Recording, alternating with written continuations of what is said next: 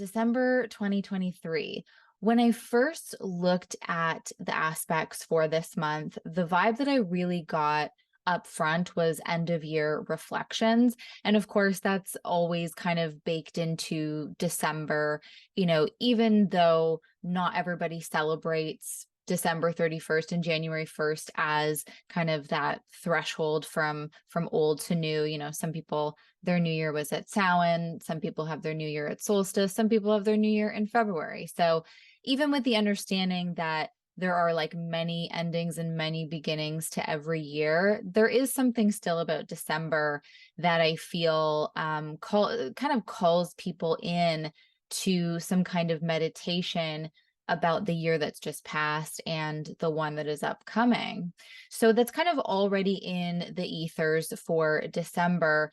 But there is another reason, obviously astrological, that I got that vibe. And it really has to do with the fact that Mercury and Venus are very much in the spotlight this month.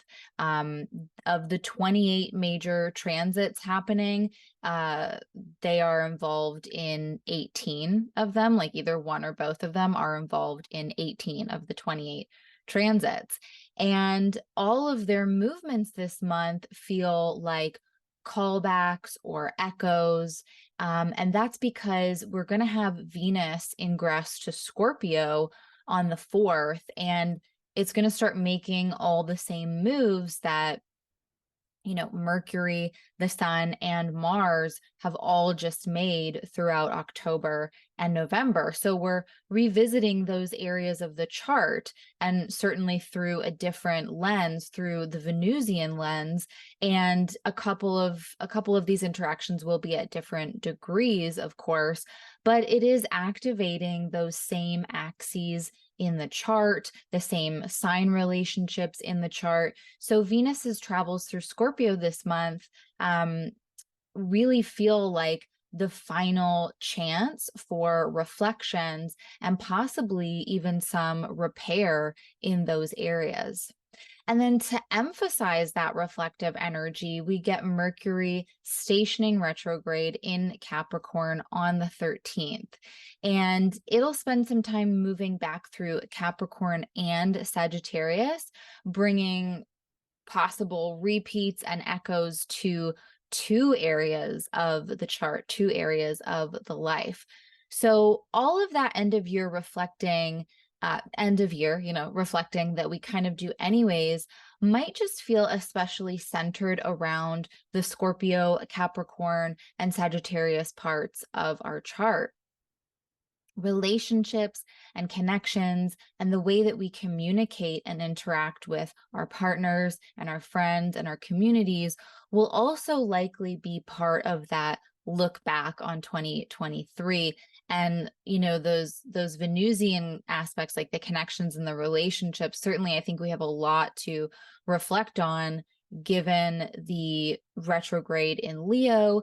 And now being in Scorpio, it's reaching kind of a square aspect with all of the degrees that it was traveling retrograde through. So that might bring some added feeling of, I don't know, maybe tension, but maybe just that echo, that repeat.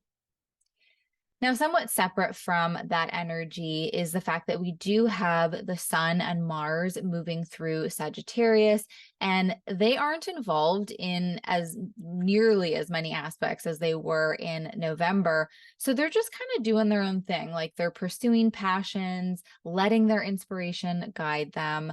So even with Mercury returning to this part of the chart during its retrograde by like lid to mate, mid to late month, the Sag part of our chart is still definitely an area where we'll probably feel more focused on 2024 or just our futures in generals.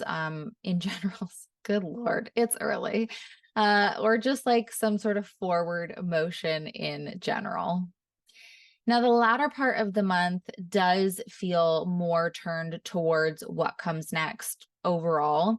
We get the winter solstice, which again is a new year for some people, but it is also a turning point for the sun. We get a new zodiac season, of course, but we also enter into a new season of nature, right? Of course, here in the Northern Hemisphere, we are entering into winter as the winter solstice comes and brings Capricorn season. And yeah, the solstices and equinoxes are real turning points for the sun. They mark the beginning of these larger 3-month periods of time. And again, for us here in the Northern Hemisphere, we have reached the peak of darkness, so to speak. Like when we hit the winter solstice, the nights are at their longest and the days are at their shortest. But at that solstice point from here on out, the days start to become longer. The sun is reclaiming its power slowly but surely. So that's definitely a turning point, and it does. I personally celebrate the solstice as my new year because that shift of the sun really feels so much more important to me than I guess just like the dates on the calendar. But that's just me. Now, this feeling of new beginnings might also be noticeable for you if you've been navigating some Pluto or Neptune transits, because by the end of the month, both of those planets will have moved to a different degree. So Pluto will finally move from 28 degrees of Capricorn to 29 degrees, and Neptune will finally move from 24 to 25. And, Pluto will never return to 28 degrees for this transit and in our lifetimes. And Neptune, in the same vein, will never return to 24 degrees during this transit or in our lifetime. So this is like it's endings and its beginnings, as is always the case. When we start something, we're always leaving something behind, right? But these developments might feel quite liberating and really clarifying for anybody with planets or points or angles at those degrees of Capricorn and Pisces. Like those transits are really coming to an end for you. Now, we also have Jupiter stationing direct at the end of the month, the very end of the month. I believe it's on the 30th and 31st, depending on the time zone that you live in, which I think might signal a reactivation of optimism and hope. Not that we were totally void of these things while Jupiter was retrograde, but there's like a reinvestment in those things. We feel prepared to push harder for them, I guess, or receive them. We're receiving them easier, perhaps. They feel easier to access. And then with Venus moving into Sagittarius around the same time, just a couple of days earlier, that means that the benefics will be exchanging signs. So Venus will be in a Jupiter ruled sign. And of course, Jupiter is still in Taurus in that Venus ruled sign. So even though Taurus and Sagittarius don't make an aspect, there is still a quality of these planets hosting one another and supporting each other in like their celestial endeavors. So that could really provide quite a positive uplift for those areas of the chart, for any topics and relationships ruled by those planets, and certainly for those those couple few days, those maybe 1 or 2 days of 2023. And of course, into the new year, but we're talking about December. So Jupiter stations at 5 degrees. That's the degree of Taurus where it will stop moving retrograde and begin to move forward once more. And 5 degrees of Taurus has been a real hot spot this year.